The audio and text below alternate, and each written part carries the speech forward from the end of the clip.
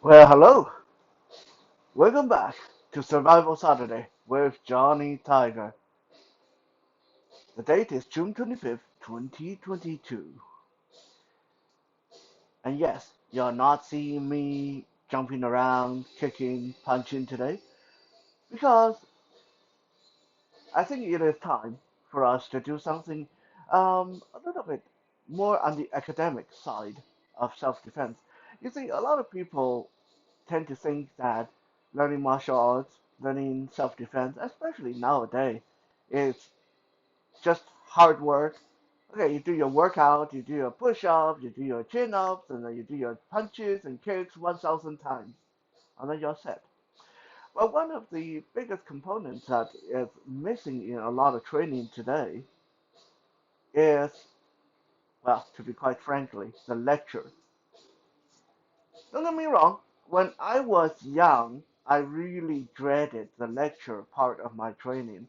Whenever the sensei said, okay, everyone circle around, sit down, let's talk about this, I just groaned inside and was like, oh no, not again. And even today, when I'm training students, I try to cut my lecture short as possible, because I know that when you come to martial art class, you want to work up a good sweat. You want to jump around. You want to spar. You want to work on new cool techniques that you can go home and show your kids, show your husband, your wife, and you can show your friends and make a video on YouTube like Johnny Tiger. So if I just stand here and lecture you for 5 minutes, 10 minutes, 20 minutes, you get bored and you start to wonder why you're even paying for this. And this is why I reserved a lot of my lectures on YouTube. This way, you can turn it off if you don't want to watch it, or you can watch part of it and then come back later for the rest. But all that said, lectures are one of the most intrinsically important part of learning your martial art, learning your self-defense. This is where you get actually the most knowledge, whether it be historical fact, knowledge, experiences, examples, and little things to work your brain. And make no mistake about it, I'm going to say it again and again. The most powerful weapon on a human body is not your fist, it's not your elbow, it's not your knee, it's not your skull, it's not that gun in your pocket, that knife in your pocket. No. The most important weapon on the human body is between your ears. And that's the brain for most of us.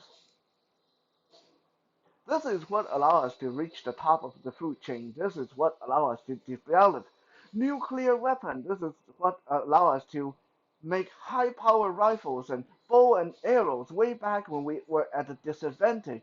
And we found that we simply couldn't go toe to toe against tigers, and bears, and lions, and crocodiles, and stuff like that. It's this amazing thing between our ears that allow us to get to where we are today. Unfortunately, this amazing tool between our ears have gotten us also to the point where we neglect one of the most fundamental facts in self-defense, and that is, unless you can back up yourself, unless you can back up your threat, unless you have a way to say, hey, back off, unless you have a way to hurt them really, really badly, a lot of time it doesn't matter what you say, it doesn't matter how smart you are, it doesn't matter what kind of situation you're in. You might end up getting killed, getting maimed, or worse. It doesn't matter what kind of do you know, or what kind of uh, karate you know.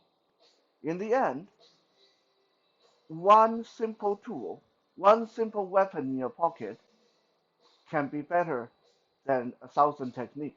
Now, obviously, having the tool and having the technique to use that tool, it's very good too. But there's nothing really complicated with just pulling out something sharp and edgy from your pocket, pointy, pointy end going to your enemy. Okay, that this is why even in the old days, when they were drafting civilians for the military to go fight in the war, they gave you a spear, they gave you a knife, something sharp, and they say, okay, enemies that way, go that way, and then we don't really need to train you that much because there's nothing too complicated about that. Even a child know, okay? Even a child know how to bite people, how to scratch people. You put something sharp in their hand, and believe me, you give them enough provocation, they know how to stick that sharp thing in you as well. I should know. I was a very violent child. So before we get to the rest of this video, I want to quickly say I'm going to be using some examples that I have gathered in the past few days of real crimes, and this involves murders, rapes, disturbing things. So if things like that, if talk like that bother you a lot, if it's something that might trigger something, or if you're in a happy place, you don't feel like listening to this kind of stuff, okay? Then that's okay. Turn off this episode. Come back later when you feel that you're psychologically, mentally ready for this. Johnny Tiger will still be here. These episodes hopefully will still be here. So, yeah, that's your trigger warning of the day.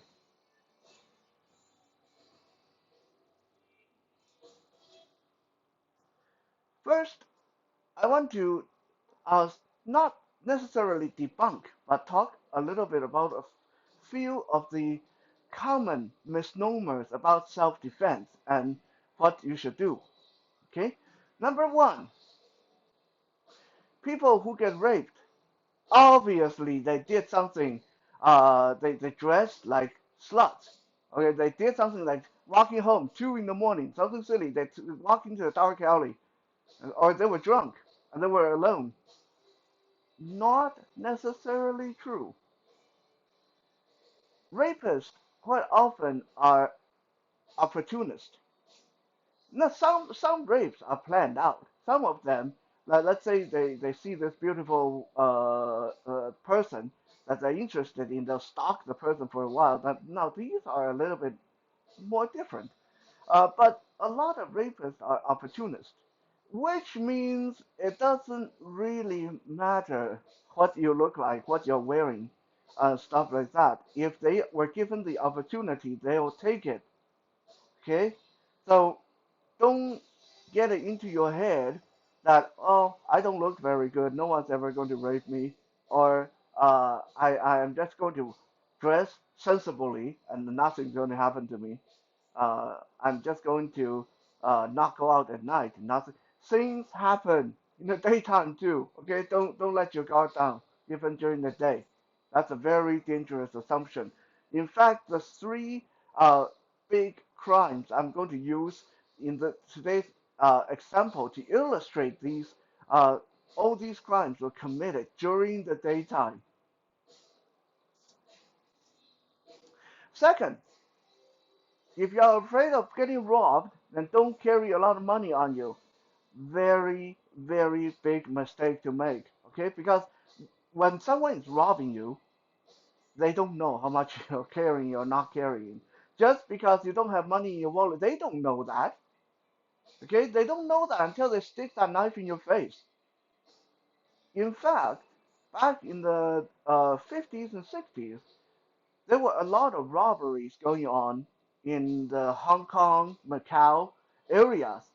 And tourists were actually warned that you guys should always set aside some money in your pocket.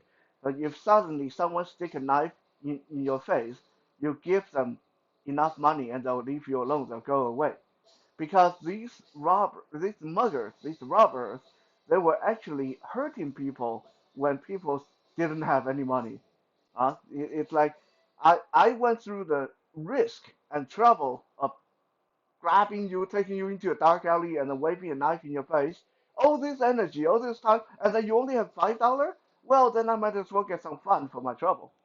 And so there was that kind of mentality, and a lot of muggers do have that kind of mentality. If they rob you and you don't have any money, they will mess you up. So yeah, just be aware of that. I don't have money is not a very good defense when it comes to a robbery situation.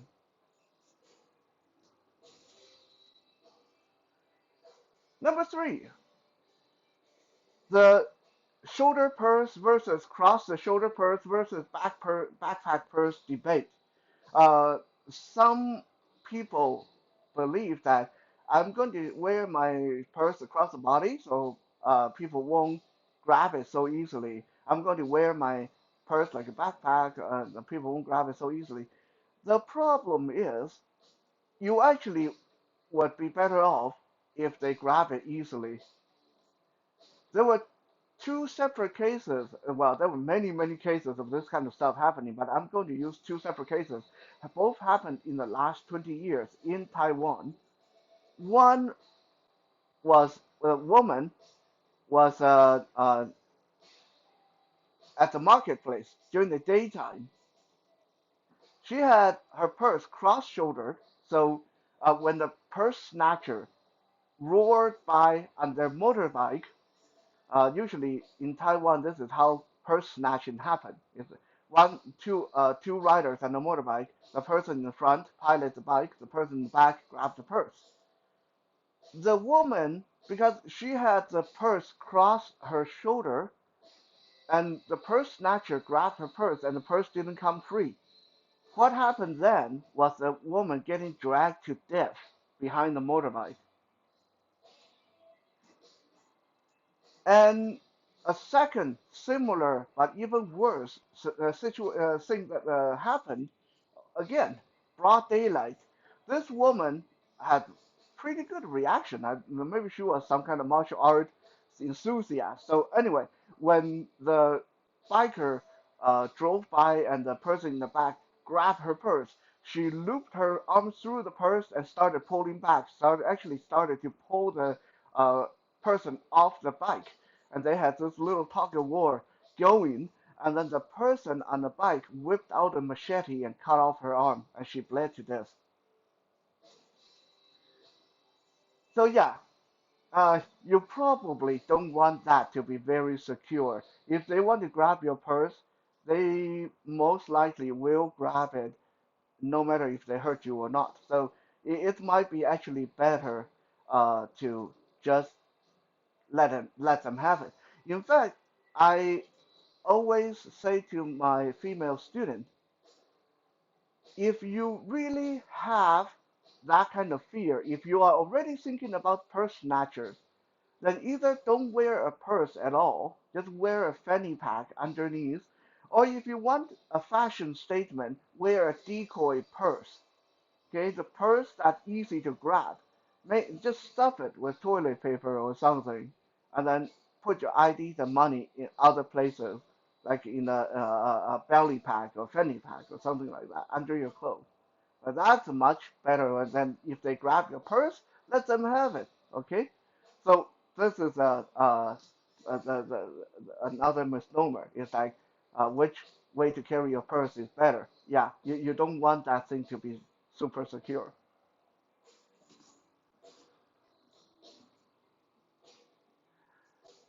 But in the end, we can sit here and hash self-defense and scenarios all day long. But for the many years that I've been teaching self-defense, and the indisputable fact is that there's one big problem that lead to why people keep getting hurt. And I'm not even trying to blame the victim here, but we can't do anything about the psychos, the bad guys out there. Well, I mean we can, but a lot of the things that we want to do are supposedly inhumane.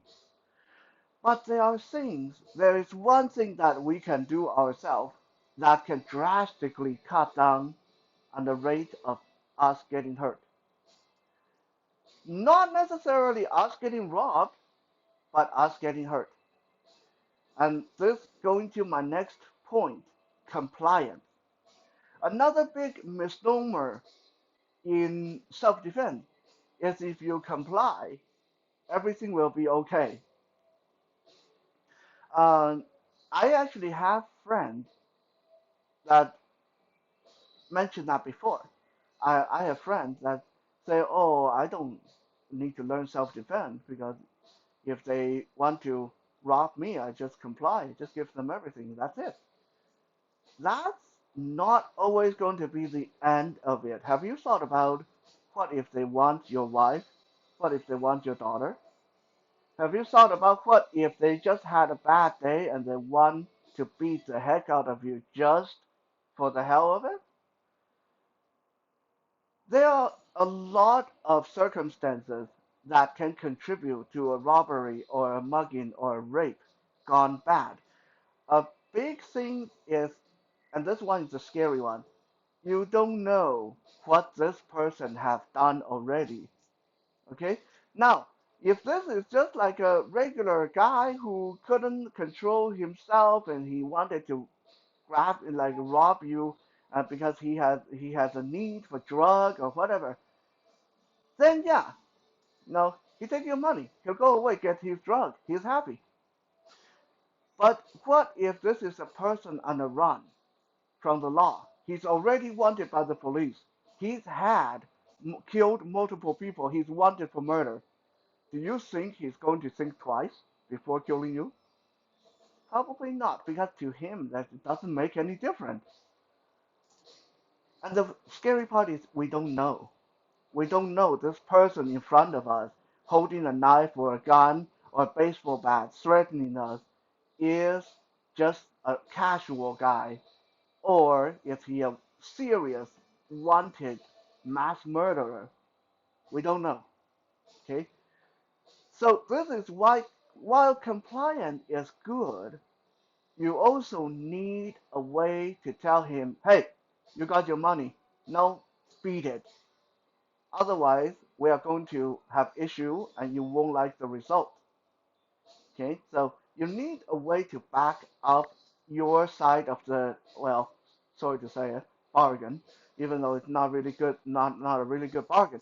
You need a way to protect yourself. If the person do decide that after they take your money, after they take your car key, they just feel like killing you anyway. Again, trigger warning. I know we've already covered some really dark stuff, but it's going to get darker.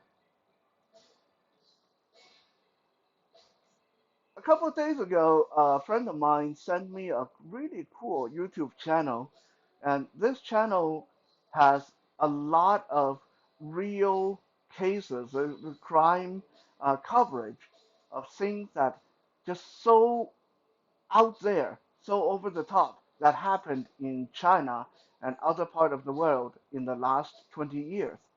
And it's all done in a very straightforward documentary format, and shows you why things were done and how things were done and what happened and how they were caught and stuff like that.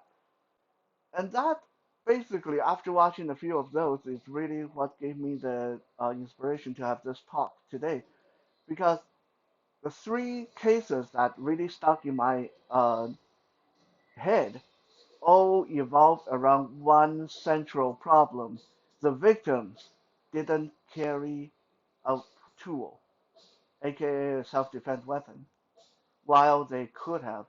I've said this over and over again, and some people don't like it when I say this, but if every woman in the world carry a knife or a gun and learn to use it and is willing to use it, then there would probably be no rapists left in the world, and there would be a lot less mugging and other kind of male centric crime going on. I know that sounds like I'm either blaming the victim or encouraging people to carry weapons and become killers themselves. But think about it.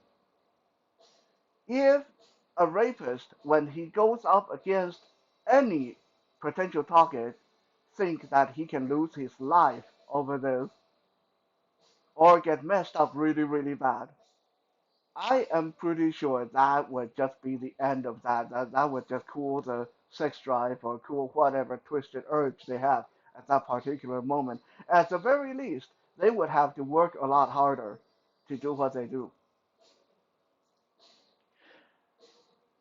Now, of course, before you go out and say, okay, Johnny Tiger told me to carry a knife in my pocket, so from now on, I'm going to go out and carry a butcher knife in my backpack and a steak knife in my pocket. Yeah, please research into your local law because here in Canada, it is actually illegal. As crazy as that sounds, it's illegal to carry quote unquote weapons for self defense. You cannot carry any weapon, period. They don't care if it's for self defense or anything. You can't carry any weapon. You can carry a machete if you work in a farm or orchard because you can claim that's a tool of your trade. Johnny Tiger can regularly carry training knives and ninja weapons in his backpack because that's my tool of my trade. Okay, but unless you can claim that to be a tool of your trade or practical use, yeah, you just carry it at your own discretion and risk. And not every police officer is going to enforce that uh, antiquated law, but when they choose to, there's very little you can say if you get caught carrying your K-bar fighting knife and you say, "Oh, I carry this for self-defense." Well, sorry, you're going to court. You're getting that thing confiscated. Um, so yeah, keep that in mind. But honestly, I will just leave this with you guys. Is it worth it to not carry one and then not having one when you actually need it? Or maybe it's better to just carry a really cheap one, but one that's functional. So when you get caught, they can confiscate it and you can just buy a new one. Because honestly, a lot of people I know still carry knives here in Canada, even though you're not supposed to. But because they don't flash it around, they don't go out and threaten people with it, they never had anything happen to them. The police never searched them. So keep that in mind as well.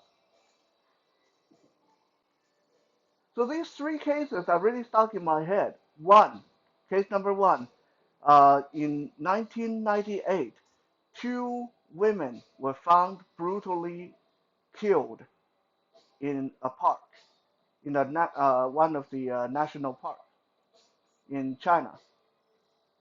Both of them, women in their 20s, healthy, strong. Both of them killed in the daytime, and both of them uh, had their head smashed in with a rock. When the one of them was raped. Uh, yeah, trigger warning. When the killer was caught, he turned out to be a hot dog vendor at the park. Some guy, he's a guy who never had a previous record. Prior to this incident, he was a virgin. He never even had a girlfriend. Like just a very introverted kind of guy. He saw these two women, went to the park, went onto the hiking trail, decided to follow them because he was having money problem. And then when he found out that they didn't have a lot of money, he only got like less than $100 out of both of them. He got mad and killed them and raped one of them.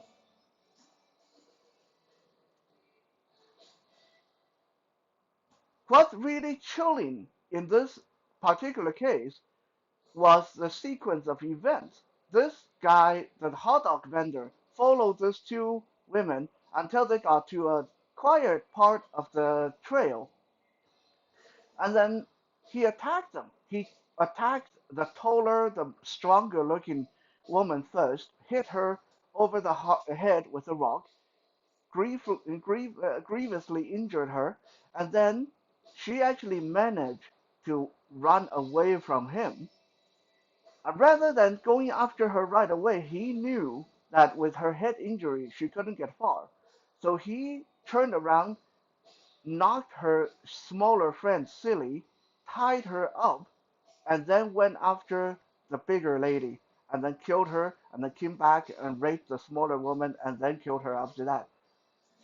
This is so crazy and scary, but in the end, what caught in my mind was if one of these women, if the smaller one, a smaller one of the two, had a machete or a knife or anything sharp on her, this probably would have turned out very, very different. Now, it is not inconceivable that one man can overpower two women, but even that is very, very hard. Like, okay, like for unless this man is like really strong, which this guy wasn't. This hot dog vendor was not a big guy. He was like 5'7", kind of scrawny. But he managed to overpower these two. But if one of these two women, or both, had a weapon on them and were willing to use it, this guy wouldn't have gotten away with it. This guy wouldn't have been able to kill them. That's what stuck in my head. That these two women went on a hike in the national park where there's barely anybody on the trail. They didn't carry anything on them that they could defend themselves with, and it led to this tragedy.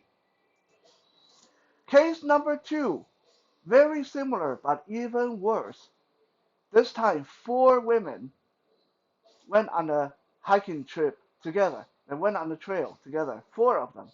Okay, because they already heard that there's a lot of rape and robbery going on in their part of town. So they decided we're going to have strength in numbers. But again, none of them carried a tool. None of them even knew self-defense. Four of them went on a hiking trail, got cornered by two knife-wielding muggers, and all four of them got killed brutally.